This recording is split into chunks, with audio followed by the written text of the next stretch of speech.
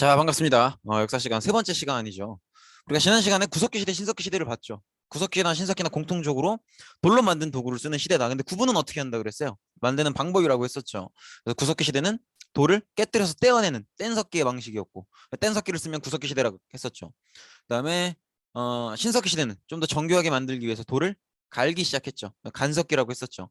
간석기를 쓰면 신석기 시대다. 그리고 이 두 시대는 생활상의 차이도 좀 있죠. 그래서 먹을 걸 구하는 거에서부터 생각을 좀 시작해 달라고 했었죠. 그래서 구석기 시대 때는 당장 눈앞에 보이는 거 사냥을 하고 채집을 하고 동물이 됐든 과일이 됐든 그렇기 때문에 여기 먹을 게 다 떨어지면 옮겨 가야 되고 그래서 집도 좀 막집 대충 지었죠. 그다음에 신석기 시대는 드디어 식량을 생산할 수 있게 됐죠. 농업, 목축 그러면서 그곳에 좀 오래 살 수 있게 됐고요. 그러면서 정착 생활을 하고 집도 조금 정성을 들이는 그런 모습을 봤었죠. 그 정도의 공통점들을 보시면 공통점 그리고 차이점을 보시면 될 것 같아요. 공통점에는 뭐가 있었어요? 두 사회 다 평등한 사회다라는 거 정도를 볼 수가 있었죠.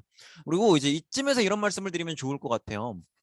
앞으로도 그렇고 역사를 배우실 때 모든 내용들이 100%다 그럴 수야 없겠지만은 지금 배우는 내용이 앞전에 배우는 어떤 내용과 연결되는 경우들이 많아요. 즉, 이 일이 벌어지는 건 과거의 어떤 일 때문에 연결돼서 그렇게 된다는 거죠. 이해되시겠죠? 구석기 시대도 마찬가지였죠. 왜 이동 생활을 했어요? 식량 생산이 아직은 안 되니까 눈앞에 있는 것만 먹으니까 눈앞에 있는 먹을 게 다 떨어지면 딴 데로 가야 됐었고 그러니까 이동 생활을 하고 뭐 그런 식이라는 거죠. 신석기 시대가 넘어왔으면 이제 농업이 가능해지죠. 자, 그럼 여기서부터 생각을 시작해 볼 수 있는 거예요. 자, 농업이라고 하는 건 식물을 기르는 거예요. 식물 어떻게 길러요? 씨를 심고 뭘 줘요? 물을 주죠. 물을 준단 말이에요. 근데 이 물을 바닷물을 주면 식물이 자랄까? 못 자라요. 그죠? 강물을 줘야 돼요. 여기서부터 느낌이 오시죠? 이 농업 그리고 목축 신석경명을 통해서 정착 생활을 시작하고 그 정착된 지역을 발전시켜 나가면서 문명이 만들어져요. 그러면 이 문명은 주로 어떤 지역에 생길 거냐는 거죠. 느낌이 오죠. 당연히 농사 짓기 좋은 지역, 뭐가 흐르는? 강이 흐르는 지역이겠죠. 그래서 우리가 지금 이제 일단 어, 인류 역사상 가장 오래된 문명이라고 하는 네 개의 지역을 볼 거예요. 아마 많이 들어보셨을 거예요. 세계 4대 문명. 그래서 이렇게 보시면 요 네 군데예요. 이렇게 중국의 황하 문명이 있고요. 인도의 인더스 문명, 그다음에 메소포타미아 문명, 이집트 문명 이렇게 네 개의 문명이 있는데 딱 봐도 공통점이 바로 눈에 보이죠. 그리고 이미 우리가 생각했던 거고 뭐예요? 다 큰 강 주변에서 발달한다는 거죠. 근데 이거는 세계 4대 문명은 당연히 다 그렇고요. 꼭 세계 4대 문명이 아니라도 전 세계에 굉장히 역사가 깊고 중요한 도시들을 보면 100% 다는 아니지만 강을 끼고 있는 경우들이 굉장히 많아요. 일단 우리나라도 그렇죠. 우리나라 수도 서울 한강을 끼고 있잖아요. 그다음에 위로 올라가면 북한도 평양에 대동강이 있고요. 그다음에 뭐 영국의 런던 가면 템스강 있고요. 그다음에 프랑스 파리 가면 세느강이 있고요. 다 그런 식으로 독일도 도나우강이 흐르고 뭐 이런 식으로 어, 라인강이 흐르고 이런 식으로 강들을 보통 끼고 있단 말이에요. 그러니까 강을 끼고 문명이 출발한다는 게 우연의 일치가 아니라는 거죠. 뭐 때문에? 농업을 해야 되니까. 신석경영부터 이어져 온 농업을 발전시키기 위해서 강이 반드시 필요하고 그렇기 때문에 그 농업을 시작했었던 신석경영부터의 정착 생활로부터 발전을 시작하는 문명들이기 때문에 전부 다 강을 끼고 발전을 시작한다는 거 꼭 생각해 주면 좋겠죠. 그리고 세계 4대 문명은 요 정도 요 전에 요것도 말씀드리면 괜찮을 것 같아요. 요 지금 세계 4대 문명이 위도라 그러죠. 지금 이 높이대가 다 얼추 비슷하죠. 다 요 권역이죠. 요 권역은 뭐냐면 야생 벼가 자라는 그 권역대예요. 이거 상식 차원에서 알아두시면 괜찮을 것 같아요. 근데 뭐 그건 그렇게 중요한 건 아니고 어쨌든 큰 강을 끼고 자란다는 거 보시면 될 것 같아요. 그다음에 세계 4대 문명은 아까 봤던 대로 요거예요. 요건데 요거 지금 그때도 말씀드렸지만 PPT에 노란색이고 그다음에 여러분들이 학습지에 직접 써야 되는 거면 중요하게 뭐라 그랬죠. 요 정도는 다 외우셔야 돼요. 제가 중요하게 생각하는 역사를 가르치는 목표 중에 하나는 좀 상황이 연결되고 인과관계, 원인과 결과관계를 갖는다는 거, 그거를 좀 이해해 주길 바라는 게 있고, 두 번째는 어디 가서 무식하다고 욕 좀 안 먹었으면 좋겠어요. 그게 굉장히 제가 갖고 있는 중요한 목표인데, 4대 문명이 어느 지역에서 있었고, 이름이 뭐고, 그 다음에 어느 강을 바탕으로 발전하는지 정도는 외우고 계셔야 돼요. 이거 몇 개 안 되잖아요. 이집트 문명은 나일강, 메소포타미아 문명은 티그리스 유프라테스강, 티그리스강, 유프라테스강, 인도 문명은 인더스강, 중국 문명은 황하강. 요 정도는 외우고 계셔야 돼요. 이거 모르면 욕 먹습니다. 무식하다고. 그렇기 때문에 저도 매해 요거는 안 빠지고 내려고 노력을 하거든요. 그러니까 노골적으로 이렇게 중요하다고 말씀을 드리는 거니까 꼭 기억을 해 두셨으면 좋겠고, 요 정도는 진짜 자판기처럼 그냥 메소포타미아 문명 이러면 티그리스 유프라테스 바로 나와줘야 돼요. 이집트 나일 바로 나와줘야 돼요. 네? 인도 인더스 이렇게 대답하면 안 돼요. 이거 맞았는데 왜 안 된다는 거예요? 늦었잖아. 그죠? 숙달이 돼야 된다고. 인도 인더스 바로 나와줘야 돼요. 이게 되시겠죠? 이렇게 보시면 되겠고, 아까 봤었던 지도였죠. 그래서 문명이 이제 아까 우리가 봤던 세계 4대 문명의 공통점이 뭐냐? 일단은 아까 얘기했던 것처럼 큰 강 유역에서 발전한다는 거. 그렇다는 건 뭐가 발달하고 있다는 거예요? 농업이 발달하고 있는데, 이 큰 강 유역에서 문명이 발전하는데, 문명이 발전할수록 사람들이 많아지고 규모가 커지겠죠. 그리고 사람들이 살고 있는 그 땅의 넓이도 넓어질 거예요. 그러면 이제 강으로부터 멀리 떨어진 지역에도 사람들이 살기 시작하겠죠. 그러면 강 가까이 있는 사람들은 농사 짓기가 편하겠지만, 강 멀리에 사는 사람들은 어, 강물을 끌어와야 농사를 지을 수 있겠죠. 근데 그게 멀 거 아니에요. 그러니까 수로를 파야겠죠. 그래서 물길을 파서 강에 있는 물을 끌어와야겠죠. 그걸 관계공사라고 해요. 수로를 만드는 공사를 관계공사라고 해요. 수로를 만드는 공사를 관계공사라고 합니다.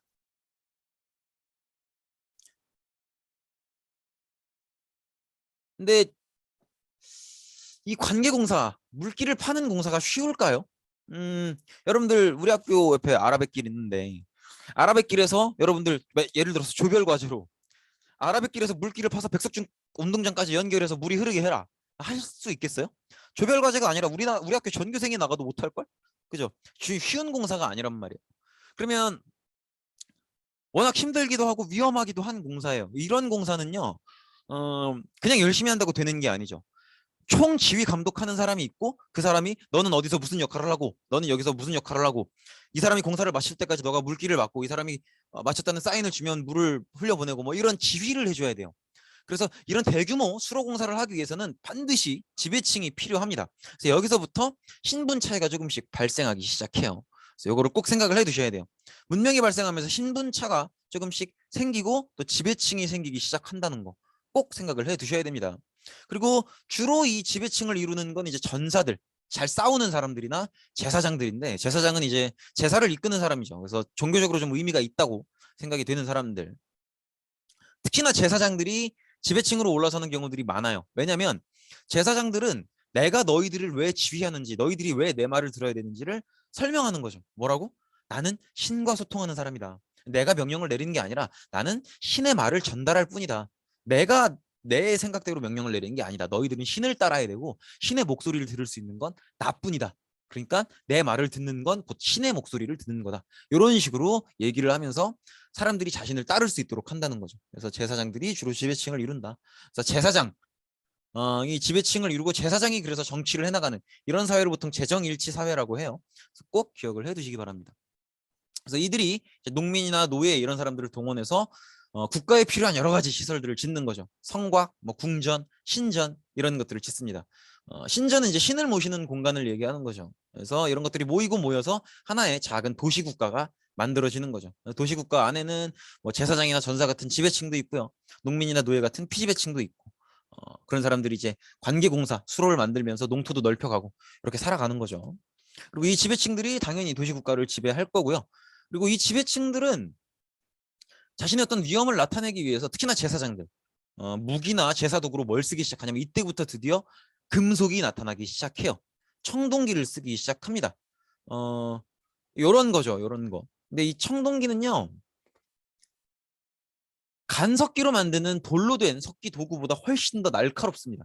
그래서 간석기 무기를 들고 있는 사람들과 청동기 무기를 들고 있는 사람들이 싸우면 거의 신석기를 들고 있는 사람들, 간석기를 들고 있는 사람들이 진다고 봐야 돼요. 왜냐면 간석기로 아무리 예리하게 만들어도요, 어쨌든 돌이기 때문에 사람의 가죽을 찢고 들어가서 찌르기는 쉽지 않아요. 그런데 청동기는 이건 금속이잖아요. 그래서 그냥 쉽게 생각하시면 칼을 생각하시면 돼요. 칼을 만들 수 있기 때문에 당연히 돌을 들고 있는 사람들과 싸웠을 때 당연히 이긴다는 거죠. 그리고 청동기는 금속이에요. 그래서 이렇게 여러 돌들에 묻어 있는 작은 금속 성분들을 뜨거운 고열에 불에 데펴서 녹인 다음에 그걸 모아서 만드는 거란 말이에요. 중요한 건 뭐냐면 많이 못 만든다는 거죠. 청동기는 많이 만들 수가 없기 때문에 굉장히 권력이 있는 사람들만 가질 수가 있어요. 꼭 기억하셔야 될 건 청동기는 많이 만들 수가 없다는 거. 그렇기 때문에 지배층들, 자신의 어떤 위엄과 이런 것들을 보여줘야 되는 사람들만이 청동기를 갖게 된다. 그리고 이 청동기를 만들 수 있게 되면서 아직은 청동기를 만들 줄 모르는 부족들도 있겠죠. 걔들을 다 싸우고 이기고 다니는 거예요. 그러면서 정복 활동을 활발하게 하고 또 여러 부족을 통합하게 되는 거죠. 그래서 청동기를 쓸 줄 알게 된 부족들이 아직 쓸 줄 모르는 부족들을 공격하고 정복하고 다니는 거예요. 싸우면 이기니까. 이해되시겠죠? 그래서 또 지배층은 지배를 하고 또 이제 이끌어야겠죠. 통치를 해야겠죠. 특히나 통치를 하는 것 중에 가장 중요한 건 세금을 걷는 거죠. 세금을 걷기 위해서 누가 얼만큼 내야 되는지 또 누가 냈는지 이런 것들을 확인하기 위해서 문자를 사용하기 시작합니다. 그래서 지배층들이 통치를 하기 위해서 문자를 쓰기 시작했고, 그리고 이 문자는 지배층들만 쓰는 게 아니라 상인들끼리도 문자가 생기고 나서는 쓰기 시작했어요. 그래서 내가 너한테 얼마치를 샀고 얼마를 줘야 되고 나는 얼마를 받아야 되고 이런 것들을 기록하는 용도로 문자도 사용되기 시작했다는 거.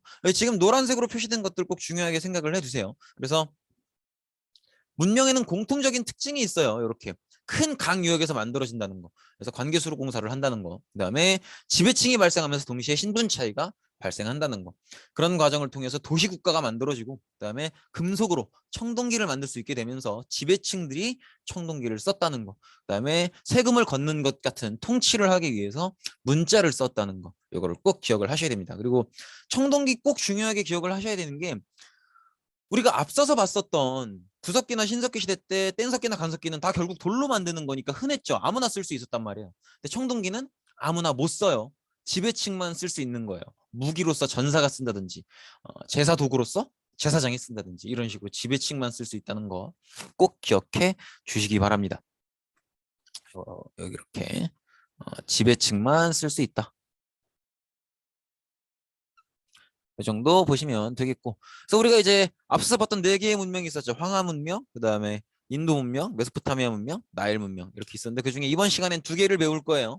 메소포타미아 문명 그리고 이집트 문명을 배울 텐데 메소포타미아 문명 강 어디였어요? 바로 나와야 된다 그랬어. 아직은 못 외워도 괜찮은데 이게 시간이 흐르고 중간고사 가까워 오면 외우셔야 돼요. 티그리스 강, 유프라테스 강. 여기서 느낌이 오셔야 돼요. 사실은 강이 벌써 2개잖아요. 물론 이제 육지로 연결되어 있으면 당신은 뭐 차나 이런 건 없으니까 걸어가겠죠. 근데 걸어가는 것보단 뭘 타고 가면 편하겠죠. 그래서 강이 있으면 배를 타고 갈 수 있잖아요. 또 강을 통해서 이제 배를 타고 가면 조금 더 빨리 갈 수 있겠죠. 그렇기 때문에 이렇게 강이 2개라는 건 이 2강 사이에 이 문명이 발전을 하는 거거든요.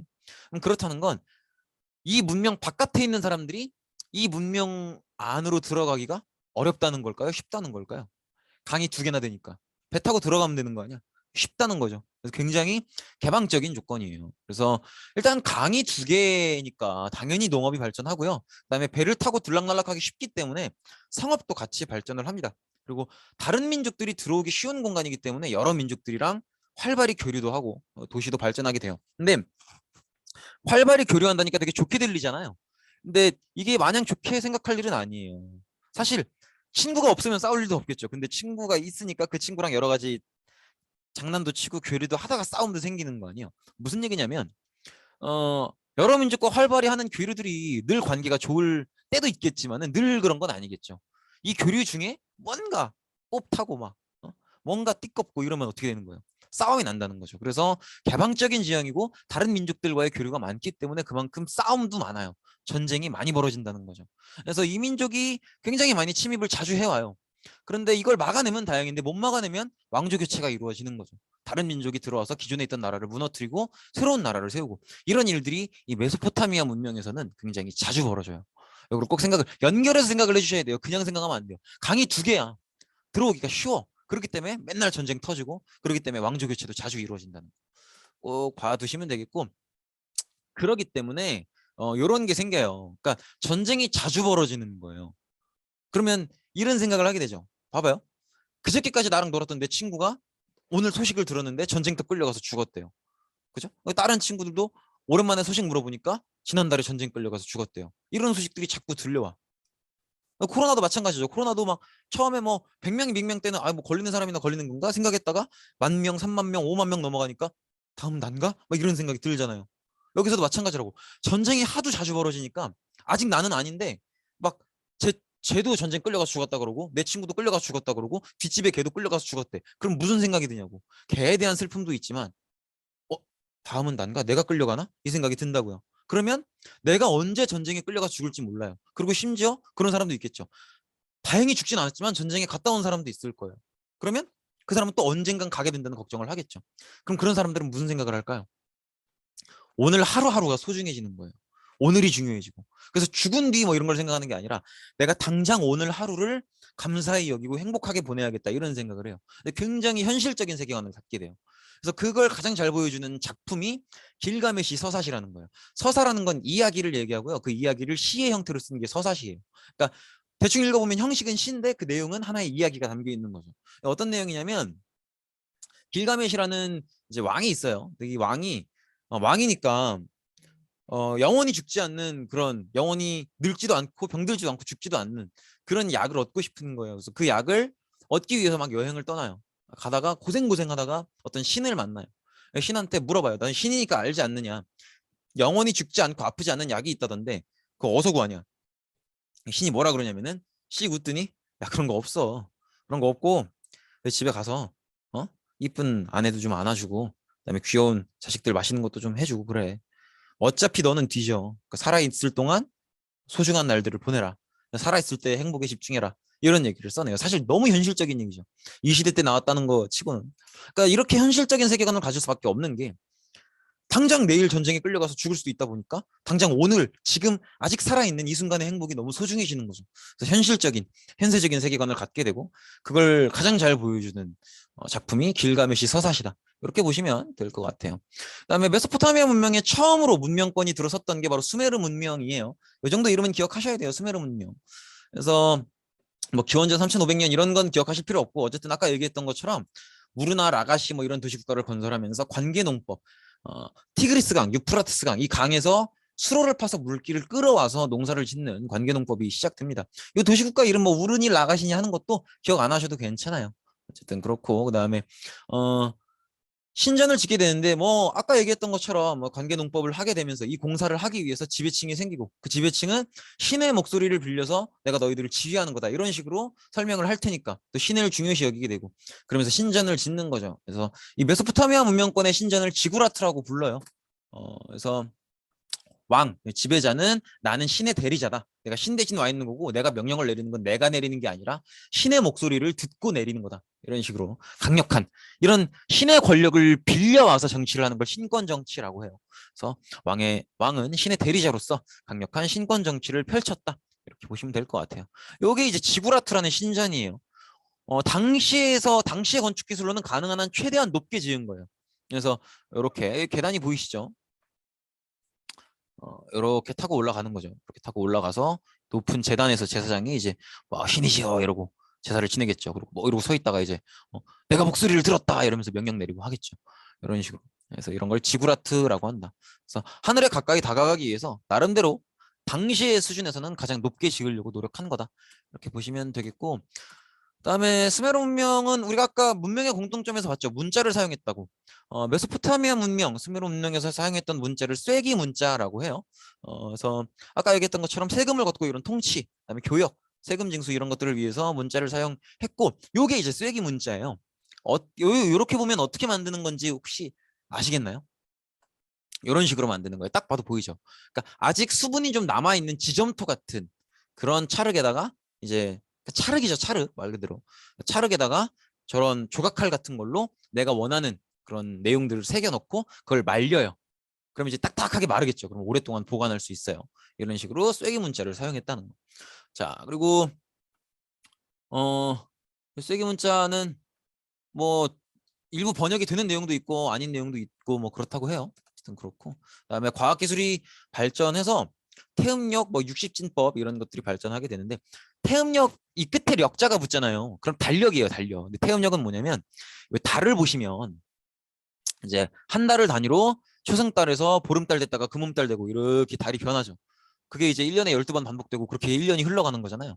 달의 어떤 움직임을 기준으로 이제 달력을 만든 게 태음력이에요. 근데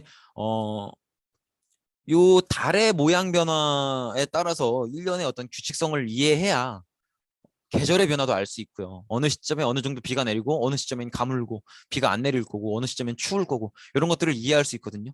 농사를 지으려면 그런 1년의 계절 변화를 아는 게 굉장히 중요해요. 그렇기 때문에 농사가 발달된 문명권에서는 다 저렇게 달력이 발전합니다. 메소포타미아에서는 달을 이용한 태음력이 발전했다는 거. 그다음에 육십진법은 지금 아직도 좀 우리가 남아 있어요. 육십진법 흔적이. 그러니까 대표적으로 볼 수 있는 게 혹시 떠오르는 친구가 있을 수도 있을 것 같아요. 1분은 몇 초? 60초. 1시간은 60분. 60진법의 흔적이 남아 있는 거예요.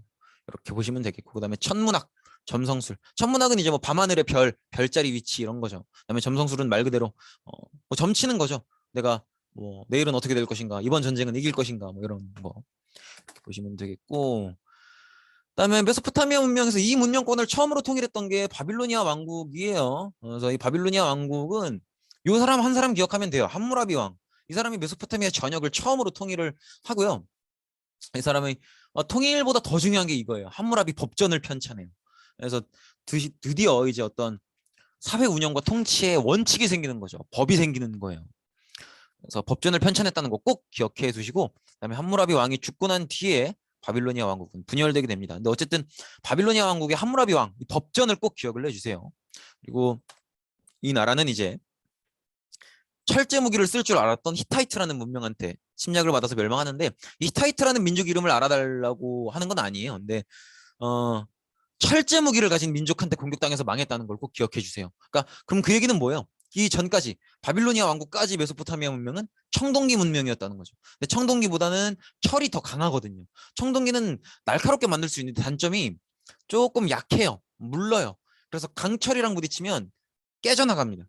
그래서 철을 쓸 줄 아는 민족은 청동기밖에 못 쓰는 민족을 무조건 이겨요. 그래서 바빌로니아 왕국도 청동기까지만 쓸 줄 알았기 때문에 이 철제 무기를 앞세운 히타이트 침략을 받아서 멸망하게 됐다.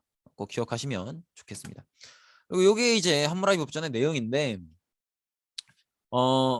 쭉 읽어보면 이제 뭐 귀족이 눈을 다치게 했다면 그의 눈을 다치게 한다. 굉장히 잔인하죠. 복수주의죠.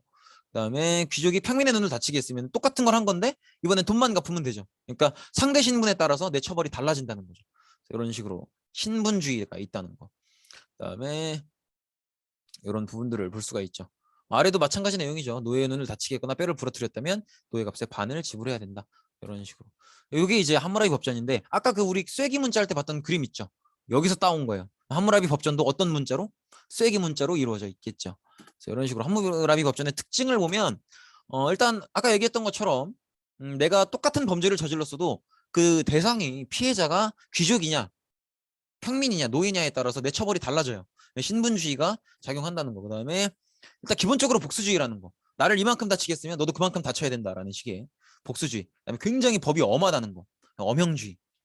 이렇게 나눠지고 있습니다. 엄형주의의 또 다른 특징은 뭐냐면 어쩔 수 없는 사유로 뭔가 일이 생길 수도 있는 거잖아요. 그러니까 그러려고 그런 게 아닌데 예를 들어서 내가 이제 칼로 뭘 만들고 있는데 친구가 나한테 어떻게 말을 걸다가 내가 삐끗해서 그 친구의 손을 베게 했어요. 내가 일부러 그런 건 아니야. 근데 그래도 일부러 그런 거랑 거의 같은 수준의 처벌을 내려요. 그런 걸 엄형주의라고 합니다. 어쨌든 그렇고 그다음에 이제 두 번째로 볼 문명은 이집트 문명이에요. 이집트 문명 워낙 유명하죠. 여기가 이제 이집트예요. 요 부분이. 근데 요거를 왜 보여드리냐면 여기서 이제 여기 이제 밀림이죠. 밀림. 여기서 이제 강물이 흘러가는 흐름을 잘 보세요. 이렇게 시작을 해서 이렇게 흘러와서 이렇게까지 흘러와서 여기서 이렇게 발전을 하는 거예요. 그래서 여기가 이제 강물을 머금고 땅이 아주 농사짓기 좋은 땅이 되면서 여기서 농사를 지어서 문명이 발전하는 거죠. 이렇게 보시면 될 것 같아요. 그래서 이 나일강이 정기적으로 범람을 하기 때문에 이걸 이용해서 농사를 지어서 발전하게 되는 거죠. 이런 식으로. 그래서 나일강이 한번 범람하고 나서 물이 쭉 빠지겠죠. 그러면 요 땅은 물이 한번 빠지고 나면 요 땅은 축축한 그런 땅이 된단 말이에요. 땅이 축축하니까 농사 짓기에 너무 좋아요. 영양분이 가득한 거죠. 그래서 여기다가 이제 씨를 뿌리면 뭐 냅둬도 잘 자라요. 이런 식으로 나일강의 정기적인 범람을 이용하는데 나일강은 이게 범람이 이제 강물이 비가 많이 와서 넘치는 걸 범람이라고 하죠. 그런데 나일강은요 특이하게 1년을 단위로 규칙적으로 넘쳐요. 그러면 농사를 처음 짓는 사람은 넘쳤다 어떻게 이렇게 하겠지만 여러 해 농사 짓는 사람은 올해 나일강이 넘쳤다 그래서 당황할까요? 아니죠. 오히려 준비하고 있죠. 요때쯤 비 많이 올 거고 요때쯤 넘칠 거고 요때쯤 물 빠질 테니까 요때 농사 들어가자. 이렇게 계획을 세우겠죠. 이런 계획을 세우려면 또 달력이 필요할 거고요. 그래서 나일강의 정기적인 범람을 이용해서 농사를 지었다는 거 정도를 기억하시면 되겠고, 그래서 관계공사를 위해서 노동력을 조직적으로 동원할 필요가 커졌다. 당연히 아까와 마찬가지죠. 그러면서 이제 여러 도시 국가가 생기면서 문명이 발생한 똑같은 과정이죠. 그래서 이집트의 특징을 보면, 네, 이집트의 특징은 일단 강이 하나죠. 강이 하나기도 하고 주위가 막혀 있어요. 고 나일강의 물을 받는 고 지역만 아니면 나머지는 대부분 사막이고 또 거기는 되게 넓은 바다란 말이에요. 근데 이때 기술만 해도 배가 이제 육지 근처에 가까운 바다만 항해를 해야지 바다 멀리 나갈 수는 없어요. 그렇기 때문에 이집트의 중요한 특징은 폐쇄적이라는 거예요. 다른 민족이 자연 조건 때문에 이집트로 들어오기가 어려워요. 그래서 교류도 잘 없지만 침략도 잘 안 받아요.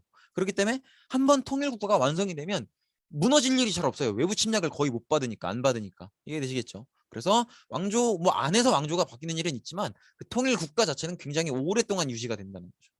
이렇게 받으시면 되겠고, 그리고 다른 도시국가들처럼 당연히 지배층이 형성이 되겠죠. 그래서 나일강의 지배층 중에 최고의 왕을 파라오라고 해요. 그리고 나일강은 태양을 굉장히 숭상시했기 때문에 파라오도 태양의 아들로서 본인이 직접 신인 거예요.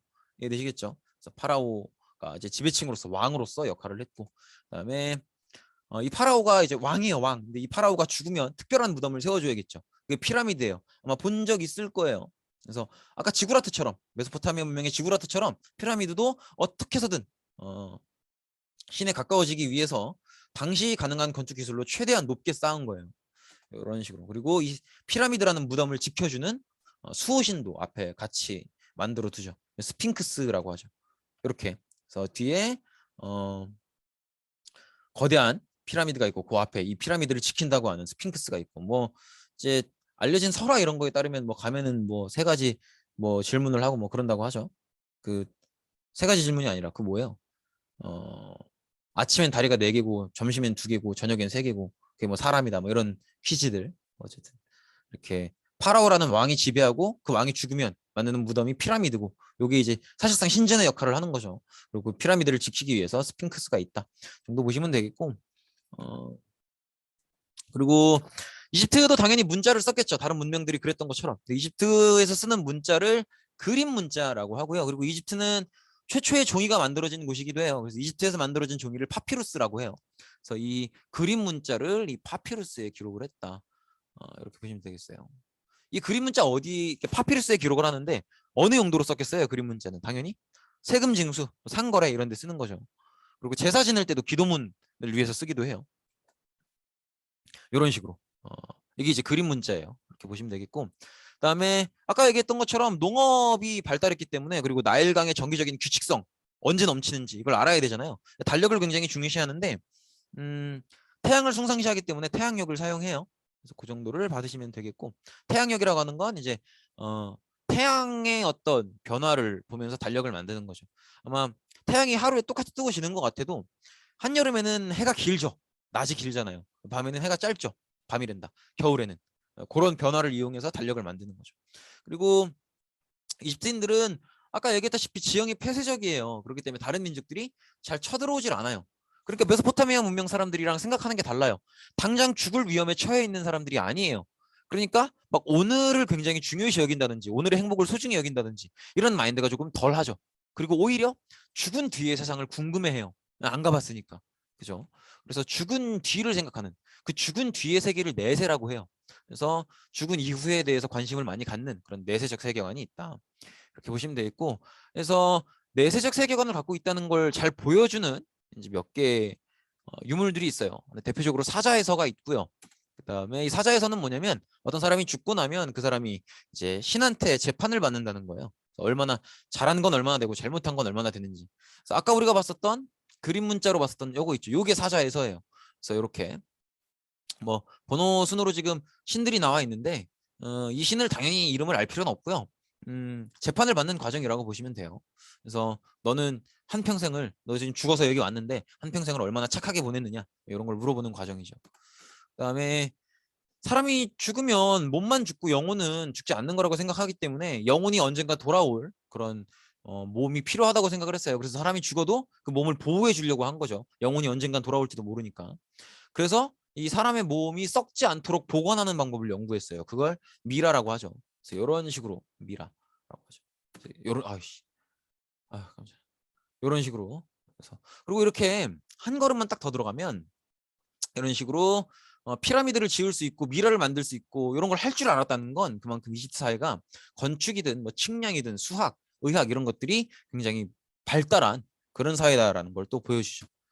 이렇게 보시면 되겠습니다. 자, 그럼 이제 아마 이 빈칸을 직접 채워보실 수 있을지 모르겠어요. 일단 지금 일시정지를 해두시고 한번 채워보시는 것도 괜찮을 거예요. 하나하나 채워보면 메소포타미아는 지리적 조건이 개방적 지형이었죠. 이집트는요? 폐쇄적이었어요. 그래서 메소포타미아는 정치적 특징이 어땠어요? 왕조가 자주 교체됐죠. 근데 이집트는 그렇지 않았죠. 거의 통일 왕조가 오래 갔죠.